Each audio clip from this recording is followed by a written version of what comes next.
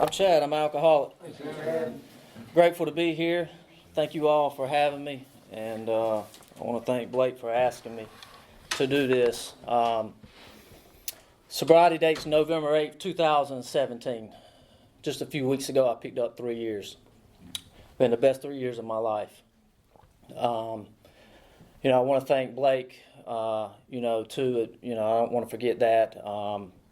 When I got out of Samaritan Colony, I got up to the recovery home.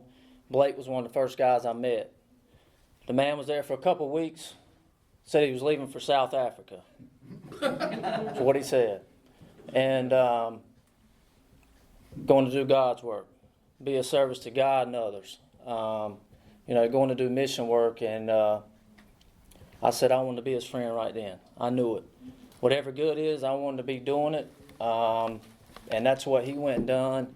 And here we are 3 years later. He's a good friend of mine, and I'm grateful for him. So, I'm going to tell you what it was like and, what it's like today. I want to give somebody some hope.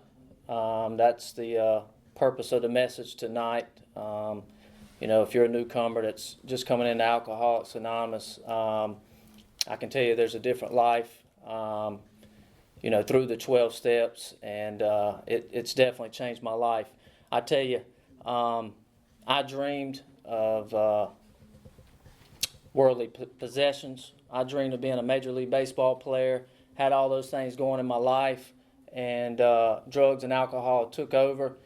And what I found out is when I got sober is I was chasing worldly pleasures. That's what I was chasing. I was chasing money. I was chasing other things. When I was younger, school teachers, they didn't tell me about serving God and others. I remember, parents and, people in my life, they would say, don't forget about that schoolwork. Don't forget about that degree. Make sure you do good in school. What I've come to find out is when I turned my life over to God, life got better, Not saying that I don't want those things for my kids. I do. I want them to make good grades. I want them to go on and, get a college education. But I can promise you this: it ain't gonna be the first thing I teach them. They're gonna have God in their life. We're in church on Wednesday nights, Sunday mornings, and Sunday nights. They're gonna know about a relationship with God, and that's what I was missing for a long time. So I grew up in Rockingham, North Carolina. Right down the road here.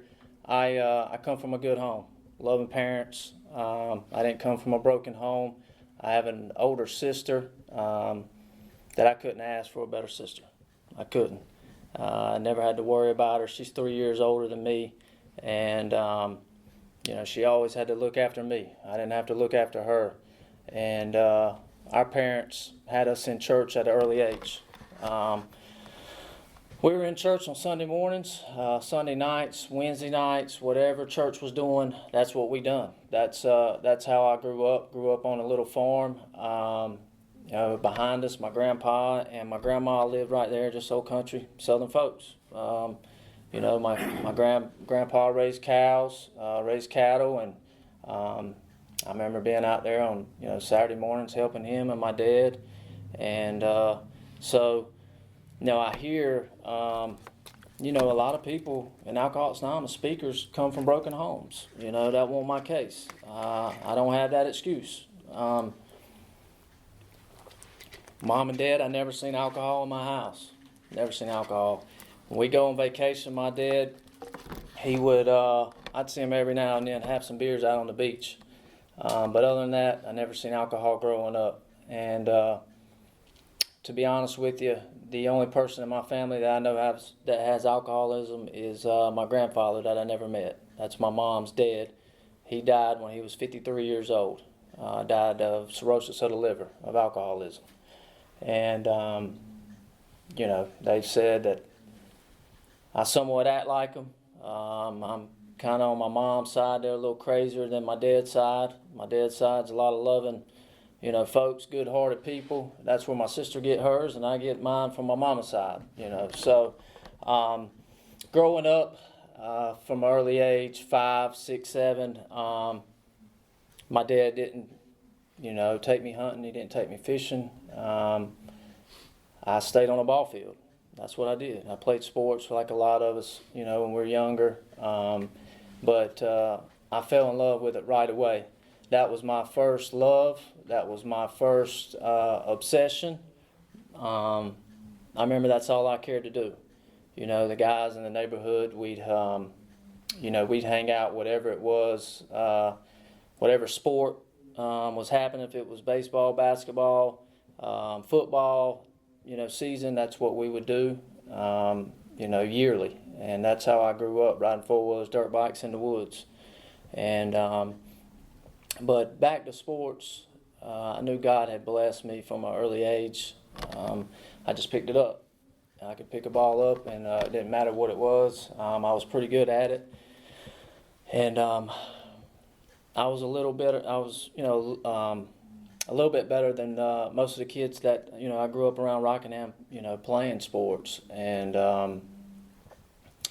that's how it was from 7 to, we'll get right in it, 12 years old, just going to school, still involved in church, playing sports, had a great life. At 12 years old, I took my first drink and smoked marijuana for the first time at 12 years old. And I hated the taste of it. I hated the taste of alcohol. I hated the taste of marijuana. But I remember liking the effect, the way it made me feel right then. I don't like to talk about the euphoria that rushed over me, because that's coming. And I don't remember it a lot, but I do remember, getting out of myself, and it changed my thinking. So 13, 14, and 15, that's how it was. I remember, I'd like to hang out with my buddies, and we drink, and we smoke pot. And I'd say 14 or 15, I started experience with other substances, besides just those two, a little harder stuff. And it took me time, when I got sober, to actually look back and realize, boy, I was in trouble then. I didn't realize it. I was in trouble right then. And 14 or 15, I'm going into junior high, and I'm going into high school, and I'm doing a lot of the same things, hanging out with buddies, and I'm still playing sports. So I get out to Richmond Senior High School, and I got a lot going for me at that time. One of the popular kids in high school, 3-sport athlete. I played basketball, baseball, and soccer out at Richmond. And, I know I got a bright future ahead of me, but a lot of people around me didn't, realize what I was actually doing. They didn't, they just knew Chad Dawkins as the athlete, had a good chance to go and do something with his life. And all I thought about was getting high before school. That's what I did. Smoke weed before school. We drink every weekday night we get, when I got into high school, and we were partying on the weekends. And, at that time, my parents and family and, friends, they kind of knew what we were doing, but my life was good, And I tell you, this is one thing about my parents, loving parents, always been there in my life, but it got to that point where, baseball was doing, good in my life, sports, and I had all these, worldly things going on, and I feel like we could have drew it back right then. Like we knew we lost focus of God, like we knew we did. Church started getting, I started playing a lot of traveling baseball, and we may show up on Sunday mornings if we weren't playing on the weekends, and Wednesday nights started going away. So I can look at spiritual principles right there in my life when it started, when they started going downhill, my life started going downhill with it. That's how my life was. Slowly but surely, we didn't see it. So senior year in high school, get a DUI. That's my first DUI, and first drug charge in high school. And so I graduate barely. That's another thing I failed to mention in school. I wasn't a honor student by no means. Never have been. Hated school. Can't stand school. Never liked school. Just didn't like studying. I'd show up and do what I had to do to pass, and they just kind of get me through. They just basically graduated me. And but I did go off to play college baseball at a junior college in Kinston, North Carolina. And my coach, my senior year, said, "Buddy, you ain't got the grades to go anywhere else. Like, you're going to be a junior college kid." And at that time, man, I didn't care. I just said, well, I get to go play baseball and I get to go to college. Sounds like a lot of partying, a lot of fun, and I get to play baseball. That's pretty cool. And if you ain't noticed, my value list has been changing. From 5 or 7 sports to 12, 13, 15, 16. We're talking about drugs and alcohol. That was the number one thing in my life, even in the college. What was important to me was partying when I got to college. And, I was made there to, go to class and get up, run at 4:30, 5:30 in the morning, lift weights. And, that's all I had been doing my entire life anyway, was baseball. That's what I knew. So it was simple when I got there. But the obsession the obsession was already there, and I just didn't realize it at the time. And so I get off to college, and that's what it is. I'm showing up for class, and I failed every single class my freshman year of college. Yeah, failed every single class, and did very well on the baseball field. Had state, Carolina, and a couple East Coast Division I schools, looking at me after my freshman year, and hey man, like, he can't go, like, ain't no way, like, he ain't gonna be eligible, he ain't got the grades. And at that time I didn't care. My life was primarily focused on playing professional baseball. I was kind of at that point in my life where I had a lot of the coaches and people in my life telling me that I had a good chance to play professional baseball, and that's all I ever wanted to do as a little kid. That was my dream. And I remember having thoughts, man, what am I going to do if I get drafted? I knew right then every Major League Baseball player didn't smoke weed and smoke a pack of cigarettes. I mean, that's what I did. I smoked a pack of Newports at the time playing junior college baseball, and I was one of the fastest kids in the country. I finished third in stolen bases in junior college baseball my freshman year, and then my sophomore year I finished first in the country in junior college baseball, stolen bases, and hit over 400 for 2 years. And here come the scouts, and I had Philadelphia Phillies and the Chicago Cubs and the Arizona Diamondbacks looking at me my sophomore year of junior college.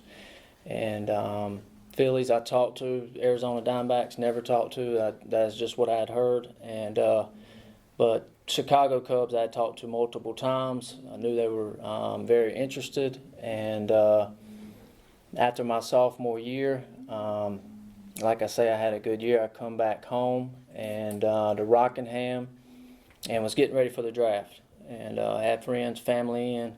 And true story, I was in Rockingham the night of the draft, and here I am. One of the most important, days and nights of my life. My dream, my childhood dream's about to come true.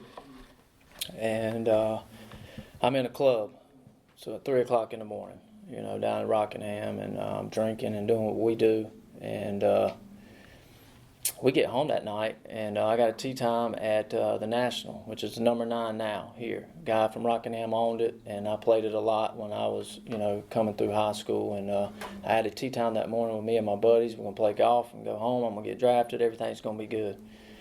I didn't charge my phone. I got home late, 3 o'clock in the morning. We laid down. We had a tee time at 7:50. I remember it was so early. A buddy of mine was stopping from Greensboro on the way in. It was he couldn't even buy beer.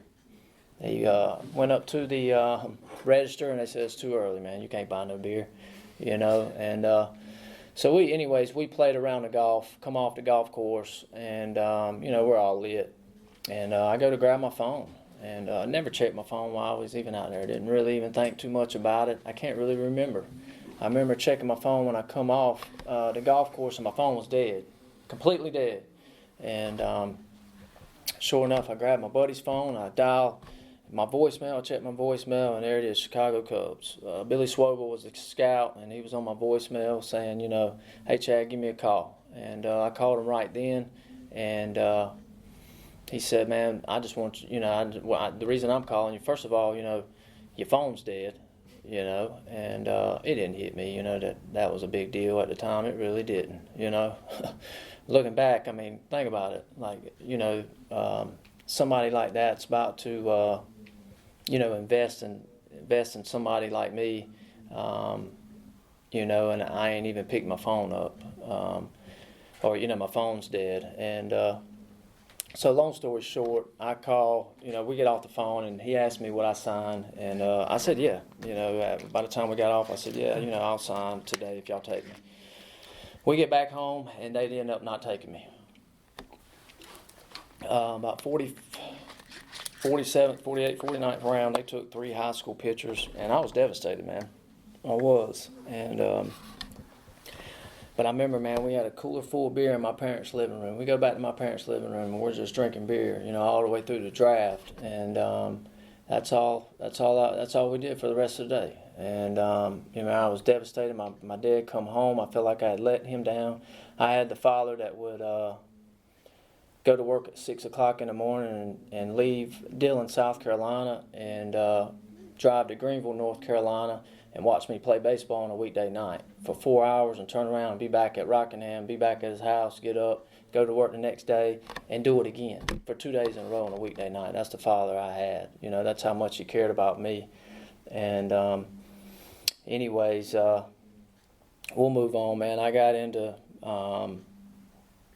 at that time in my life, is when I come back home, and I took a job up here in Southern Pines that summer. After the draft, I come up here and took a job, and I was introduced to a painkiller.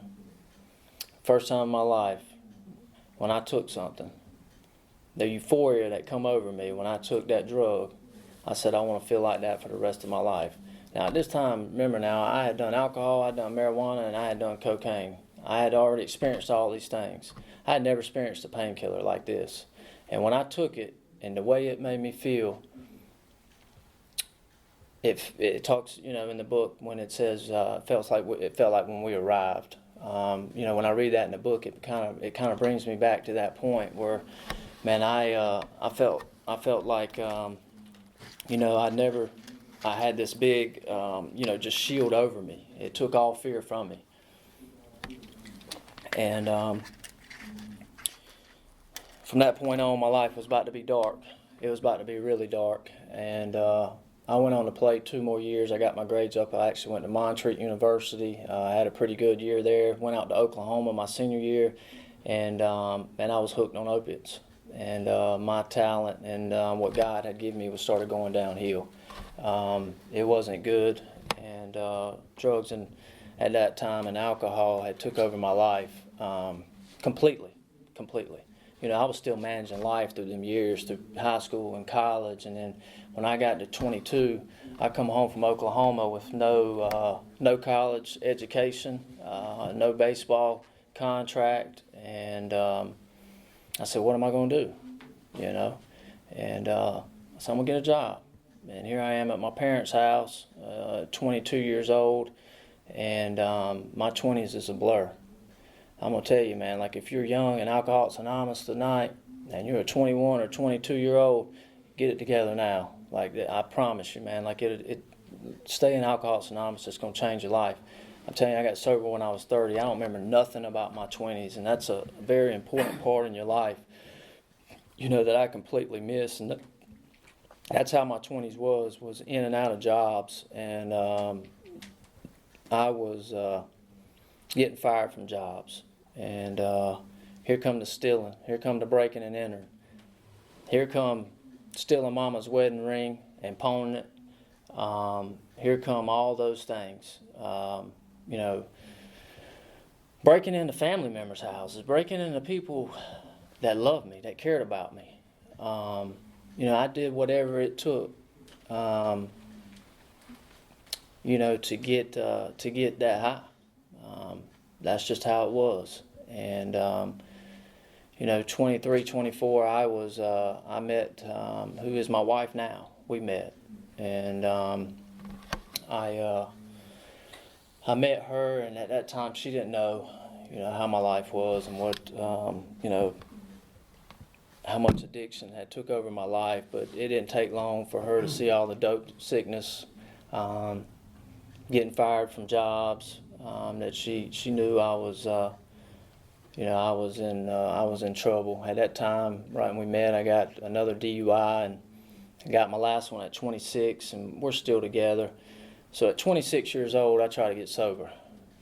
I knew it wasn't good at that time. That's probably the first time in my life where I really knew I was in trouble. Like I had to do something. Something had to be different, But I was that guy that I'm going to stop drugs. I'm going to drink. I'm going to figure out how to manage life like the book talks about. I'm going to try all different, kinds of ways, to do this. And I went to Wilmington Treatment Center when I was 26. And I got there, and I stayed 30 days. And my thinking the whole time I was there was, I'm going to quit drugs.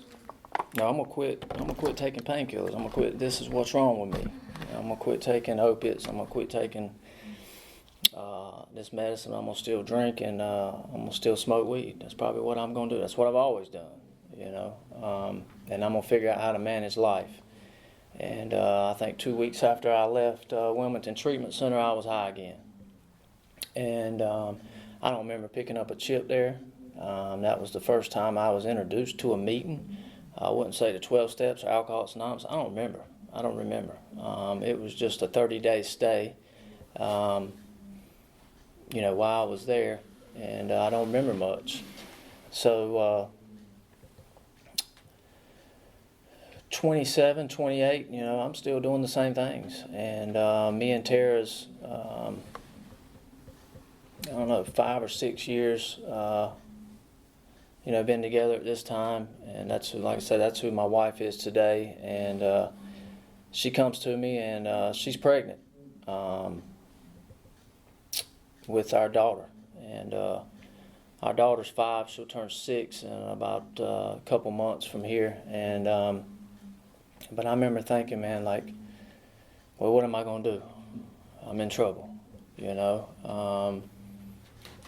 Life is unmanageable. I'm at my parents' house, and I'm broken.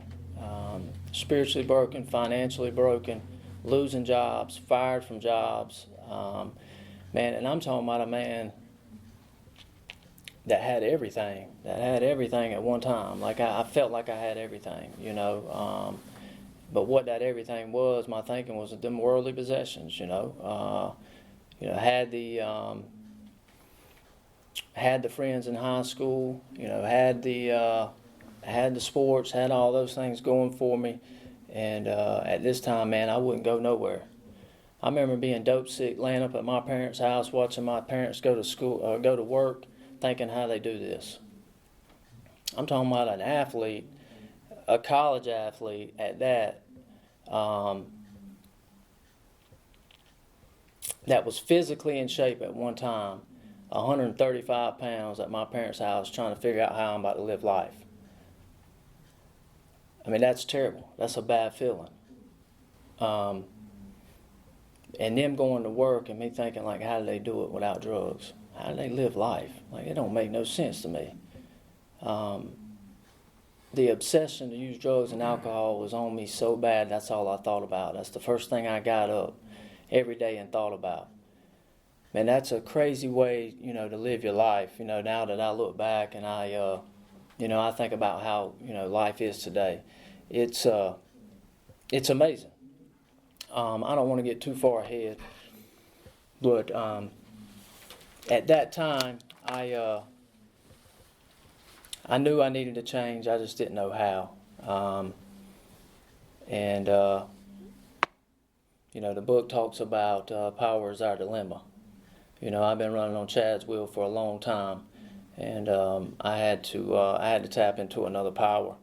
And I went to Samaritan Colony by the grace of God, and that's a story in itself. I'll try to be quick with it. So I go to Samaritan Colony at 28 years old. And a guy I played baseball with 10 years before from Charlotte, North Carolina, met up with my old high school coach. And they called me one night, sitting in my parents' bed, or sitting in my bed at my parents' house, living just like I was telling you a while ago, and the phone rings. And I ain't had a cell phone in 3 or 4 years. And you got to remember, a guy at 20, back in 2015, it wasn't normal not to have a cell phone. And I didn't have a cell phone for probably 3 or 4 years. Didn't want one, didn't care to have one. I'd drive straight to the dope man, get my stuff, and go back home. Wouldn't go to Walmart, wouldn't go to the grocery store, didn't hang out with nobody. The only person I hung out with was, Tara, my wife now, and her family, my family. And if I won't kicked out of their house or whatever, whatever was going on. But the phone rang that night, and I remember seeing my high school coach's wife's name on the phone. I flipped the phone over and was like, nope, I don't want to talk to him. I ain't got nothing to say to him. And my mom comes through my bedroom door and says, Coach Mongero's calling you. He's on the phone. And, I act like I didn't see it. I said, I answered, say hello. And long story short, he asked me how I was doing. I said, man, I ain't doing good. And I said, yeah. He said, yeah, I knew. I had heard you weren't doing good. And he said, here, look, man, I got a buddy here. Brandon Lewis, you actually played with him years ago. And he went through Samaritan Colony, got sober. He's 4 years sober. And he was asking about you. And I said, well, let's give him a call. And a week later, me and Brandon met up. And we spent some time together, and that's how I got into Samaritan Colony. Now, Samaritan Colony is a mile from my house. I never thought about going to Samaritan Colony. I was thinking that Wilmington was going to save me. I was thinking I was going to have to go to some big treatment facility. And I had no idea that Samaritan Colony was going to be my answer. 6 months later, him and my sister's dating. And they're married within a year. And got a little girl. She's 3. She's 3 right now. Him and my sister stayed married for about a year and a half. And I tell you that story because I want to tell you this. Look, man, like it's real what's going on outside, what's going outside these rooms today. Brandon Lewis, and he's no longer with us. He died of an overdose. And, was sober for about 4 years and quit doing Alcoholics Anonymous, and got busy doing life, and I think just had a lot of fear going over him, and it's I'm grateful for him and what he's done for me, and where I've got, what he taught me. He taught me a lot in a year and a half of time that we had. He was a big person that would serve others, give others tips when we go out to eat, things that he would do for other people. Like that's what I learned how to do. That was from him, and but it was that quick, that quick. What they got out here on the streets, and it wasn't like he was running long, and bam. And he was gone. And, I'm here to carry the message for him today. That's where that's what I want to do. I want to, I want to live by, live by an example of what he was trying to carry the message for a long time and what he did for me. And so I went into Samaritan Colony, and I was beat, man. I was broken down. And I knew I wanted to change, and I went through there, and they sent me up here, and I tell you what happened was I got in Alcoholics Anonymous, and fear drove me. I tell you, man, I wouldn't do something like this, if it weren't for the 12 steps. Alcoholics Anonymous took a little fear out of my life, and I still deal with it. But I remember the first time I ever walked in the primary purpose upstairs, I was like, boy, you made it when you come here to speak, And then when Blake asked me, I said, man, I might have made it, But I know we're in this little room tonight. But, man, fear just drove me, But what Samaritan Colony taught me when I was there is they showed me what was really wrong with me, you know. And I don't care if you've been to prison, I don't care if it's alcohol, I don't care if it's drugs. Every single one of us in this room, and you know, on Zoom, we got a brain disease, and we all think the same, you know. And self-centered fear is what it is, and that's what drove my whole life. That's why I used drugs and alcohol, was to calm it down. What I thought was normal, and it worked for a long time. And I can tell you at the end, it stopped working. It stopped working. Alcohol had stopped working for me about 25 or 26. I stopped drinking alcohol and started doing drugs because alcohol was taking away my drug buzz. And then drugs started working. I'm like, what do I do now? Thank God that they, you know, they kind of, you know, taught me that there. And so I finally knew what was wrong with me. But when I got up here and I got in a recovery home, fear drove me, man. Like people getting up and sharing and speaking. And then I said, ain't no way I can do that stuff. Like, there ain't no way. I don't want no part of that. And it won't 6 months later, I was high again in the recovery home. And they come to me and got to go, you know. They asked me, I told them, you know, yeah, you know, I'm getting high. And back home again, mom and daddy's house. Loving parents, enabling parents, come back home, you know. We'll take care of you. I ran for about 3 months. Started doing things I never thought I'd do. I ain't gonna get into that. It got real bad. And I tell you, the last night that I ever used, I hadn't slept in probably 3 days. And I was coming down off a run and took something on top of it, and it threw me into a blackout, like a blackout I ain't never been in, a walking blackout. You know, I had a lot of drinking blackouts, just blackout, and you know, but this was a walk. I don't know, I can't even explain it. I remember coming to at my parents' house and had 3 or 4 sheriff deputies in my face.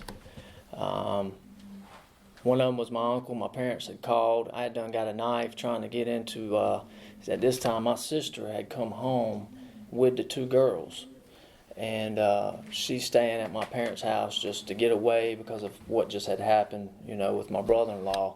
And here I am trying to get into the bedroom with a knife. Her bedroom door is locked. But I was just trying to get in there to actually love them.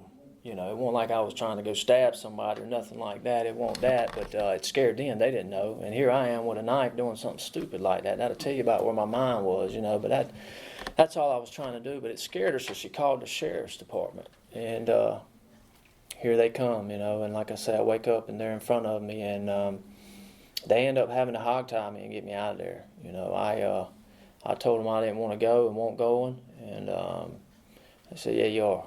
Yeah, you going, you know. You ain't got no choice. And literally tie my wrist and tie my ankles and put me in the back of a sheriff's car. And I remember going to Richmond Memorial Hospital. They put me up these IVs and hooked me up. And at this time, I'm out of it. And anyways, one of the sheriff deputies brought me up here to Moore County, put me in the detox. They didn't put me in the detox. They put me on the crazy floor. They put me on the crazy floor. They didn't put me in detox. I stayed there for 3 days. I think I slept for the first day. I just slept, and they called my family and said he ain't got no problem. You know, he don't need to be here. He ain't a mental patient. Well, they should have just took me upstairs or down. I can't remember. It was 2 or 3 at the time. But they should have just took me on down to detox and let me stay. You know, they called and said somebody needs to come get him. And my sister and my dad come and pick me up. And we driving home, and we pass my driveway, and here we go down 220. I know where we going. I said, oh, Lord, you know. I show up to the doors of Samaritan Colony again. And I'm going to be honest with you, man. I didn't know at that time that I wanted some help or if I, you know, wanted to do anything. But we spoke to Mark and Robert, that day, I went home and my mama looked at me for the first time and she said, "Chad, you can't stay here. You got to go. You can't stay here no more. I'm tired of it. I don't know what else to do." But I remember thinking, ain't no way, man. Like, I ain't no street guy. Like, I ain't about to go live on those streets, you know. I've been babied my whole life. I've been enabled my whole life. And I've been loved my whole life. And, you know, I won't return to love. And I made a decision that night that I'm going to do something different. I'm going to try. I don't know. I'm going to go do something different. And November 18th, 2017 is my mama's birthday. November 18th is my mom's birthday. That's my sobriety date. At 5 o'clock in the morning, me and my dad took off to Monroe. Mark told me to be at detox that morning, be there early. If you can get in, get a bed. And I did. I stayed there for 7 days. Went to the safe house, and thank God for that place. Got a lot of gratitude for the safe house and what they're doing over there, man. They're changing, you know, a lot of men's lives, and that's what it's all about. But I went there, and then I went back to Samaritan Colony and stayed there for 28 days. And I remember thinking, man, whatever it is, I'm about to give it my best shot. This is what I knew. I knew them guys that was working there. I knew they had been through what I had been through. And what I saw was I seen smiles on their face. I seen that they could live life. I seen that they could, you know, go home and visit, you know, or, you know, go home and, you know, be with family at night. And because I remember when I'd come home the first time before I got, when I was the first time in the recovery home, I'd come back home and try to spend time with my daughter and, you know, Tara, and I hated it. I couldn't stand it. I couldn't stand it. I wasn't working the 12 steps. Like, I was just going through the motions. I was sitting in front of my sponsor reading the book, and I wasn't putting in no action. And so I said, man, I'm gonna listen to everything they got to say. And I ain't about to let fear run me out of here again. And here I come back to the recovery home, blessed and grateful that they gave me another opportunity to come back up here to the recovery home. And that's where I picked up, you know, that's where I met Blake. And when I got out of there the first night, I called my sponsor. And Tim's my sponsor. And, you know, we met, we started meeting weekly. And I'm grateful for Tim and what he's done. It's unbelievable, man. A man that would show up on a Sunday morning and he would read with me, he would read with Blake, and he would read with another man every Sunday morning. Got kids at the house, got a wife, and I knew he was doing the deal. He would show up and read with me, and that's what happened. And we'd start reading, and I'm going to be honest with you, we'd sit in front of each other and we'd read out of this book, and I really didn't understand what we were reading half the time. But what it was, every night when we get done, I'd get back in that book, and he told me, he said, don't go any further than what we read. But at night, I'd start reading what we read, and it started relating, man, and I fell in love with that book. Everything I started reading out of that book, I said, man, that's me. You know, that's me. And what happened was, in my life, with time, my life just started changing. I can't explain it. I don't know how. But the obsession to use drugs and alcohol was lifted from me. It's a miracle. I mean, it's a miracle. I don't know. I don't know how. I just remember I just kept putting it into action. I just remember people telling me, do Alcoholics Anonymous. Just do Alcoholics Anonymous. That's all you're going to do. I had grew up with spiritual principles. I knew. I thought I knew what that was. I went to church. I didn't have a relationship with God. I never had a relationship with God. I started getting on my knees every night and thanking God for another day of sobriety. Every night I started thanking God for another day of sobriety, and please be with the sick and suffering that's inside and outside the rooms. That's what I was told. I didn't learn that. Somebody told me to pray that. You know, I had heard all these great prayers from deacons and pastors in my church, but I just started getting down on my knees every night, and that's what I do. I got up every single morning and I started writing a gratitude list. And I'd sit down and spend time with God. I started, reading spiritual literature, whatever it was. I'd get in the book. And At this time, me and Tim's meeting, and man, my life is just like the dots are connected. And I remember being like 3 or 4 months sober and thinking, man, I ain't thought about getting high in a long time. It was like 2 weeks later, and I'm like, man, I ain't thought about drugs or anything. And not only that, I'm happy. How in the world did that happen? Because the first time I come through, I wasn't happy. I remember when I left the colony, Robert was thinking about putting me on depression medicine. When I left the second time, he was thinking about putting me on depression medicine. And that's exactly what happened. I started, Blake got back from Africa, and I would watch him get involved in Alcoholics Anonymous like no other, and a couple other guys. Clint shared his story Tuesday night at the colony, and that's what I told them. Watching them, man, whatever good was, I wanted to do it. I wanted to be around them. We were leaders in the house. We were helping the men. I remember I'd ask guys, how their day was, how it was work. My mind had totally changed. Instead of taking and stealing, and I was loving, started thinking about others. Slowly but surely, I started building a relationship with God, and I started thinking about other people. And that's where the peace and happiness has came from. That's why I have a relationship with my wife today. I think about her. How can I serve her? And I don't want to miss this. I know a lot of people talk about him, but it's been a big part of my life. Mark Christopher's helped me tremendously. Tremendously. I'd listen to him. We'd be in those house meetings, and I didn't take that for granted. Every Friday, I'd listen to what he had to say. He'd tell us what he did wrong with him and his wife, or what he shouldn't have been doing with his kids, or what he did do to help them, and I'd listen to that stuff. Man, I ain't never listened to nothing in my life. I never listened to good, I just never paid attention to things like that. And I started catching on to stuff, and I started listening, and I was like, man, I want to do those things. I want to be at this time, I want to be a good boyfriend. I want to be a good father. And me and my wife got married last December. And my life's totally changed. We failed to mention me and Blake worked together. When we first started getting sober, me and Tim was in the book. I talked to Tim about this and this crazy story, but I wanted to do something different. I wanted to get my insurance license. And Brandon, my brother-in-law, he had built a agency up, and it kind of got dropped into my sister's lap. And I said, well, I want to help you. I want to do something. That sounds good. He wanted me to get into it, but I just never could get sober enough to do it. And I started trying to take this test. I started studying. And, Blake and Tim was right there, and they got to see I failed the state exam 8 times. 8 times I failed this thing.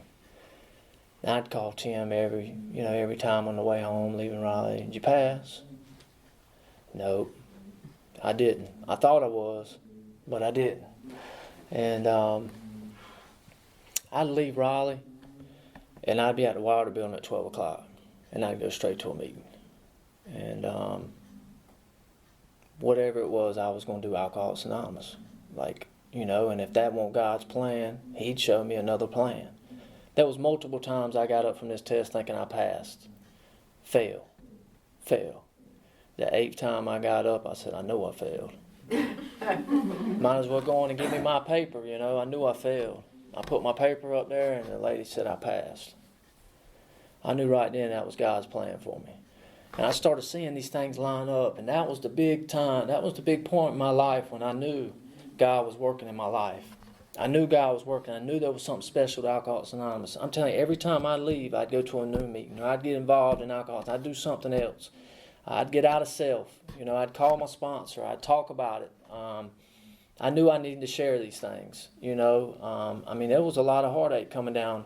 Number one, failing that thing multiple times, spending the money, calling people that was, backing me the whole time and wanting me to pass this test.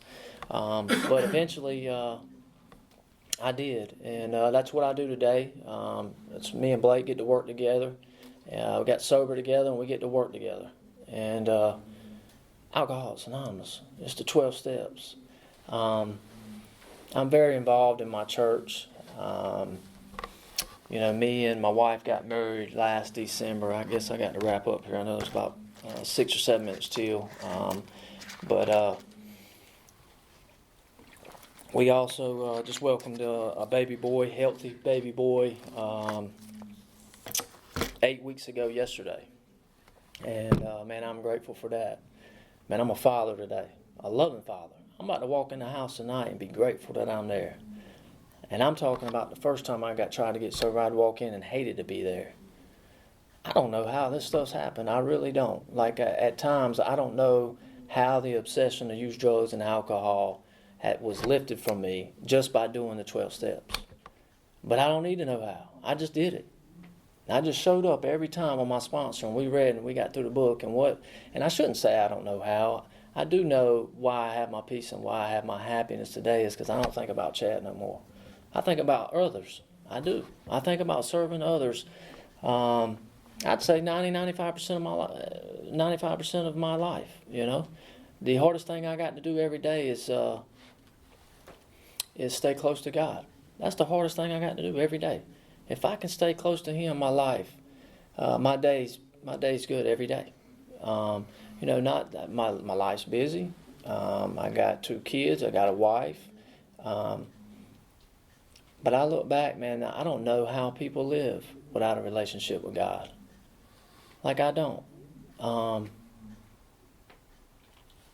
You know, it's helped me with my fear, you know, self-centeredness, all the things I found out what was wrong with me, the 12 steps cleaned up, and you know, I'm still involved. You know, I'm really involved at the colony. I do 5th steps. I speak there. I'm there every Tuesday night. We're in church on Wednesday nights and then on Sunday morning. So I'm, you know, whatever it is, good, spiritual, that's what I do today. I have to keep doing those things. And, you know, they talked about one day at a time, and I remember I used to hate that slogan, just like you hear a lot of people. It wasn't that I didn't hate it. I just didn't even, like, what? One day at a time, I don't know. I don't even care what that is. But that's the truth. That's the truth. Like, tomorrow's gone. Like this morning, when I'm taking my little girl to school, this morning, this truth, I told her, I said, yesterday's gone, baby. I said, we live in the day, you know. We ain't going to worry about tomorrow. Tomorrow ain't here. And she looked at me and said, we're going to be of service today, ain't we, Daddy? And like, she knows what I'm about, you know. Like, I'm going to teach these things to my kids. That's exactly what she said. She said, we're going to be of service today, ain't we, Daddy? And I said, yeah, baby, that's right. That's what we're going to do. That's what we're going to try to do. And it's crazy that I live my life that way and love doing it. Like, it's not a struggle for me to, like, staying sober. Like, it's not. I don't mean that in a bad way, but, like, I know every day I got to be consistent. I'm going to get up tomorrow morning. I'm going to text Tim. I'm going to text about 14 other guys. I'm going to tell them I love them and to have a good day. And then I'm going to spend time with God. And then I'm going to go to work. And, you know, I'm going to be the best person that I can be, you know, every single day. And I'm going to take one day at a time. And if I can do that, I think I can keep staying sober. If I don't, it ain't going to be good for me. I know. Church ain't going to save me. It's just not. I've got to stay involved. I got to stay here. I've got to service other alcoholics. I've got to hear it. I've got to hear the pain coming in and out of the rooms. That's a big thing. I want to keep hearing the pain. It's going to happen. I need to hear those things, you know. But I appreciate y'all having me tonight. I'm glad that I can share, and thank you.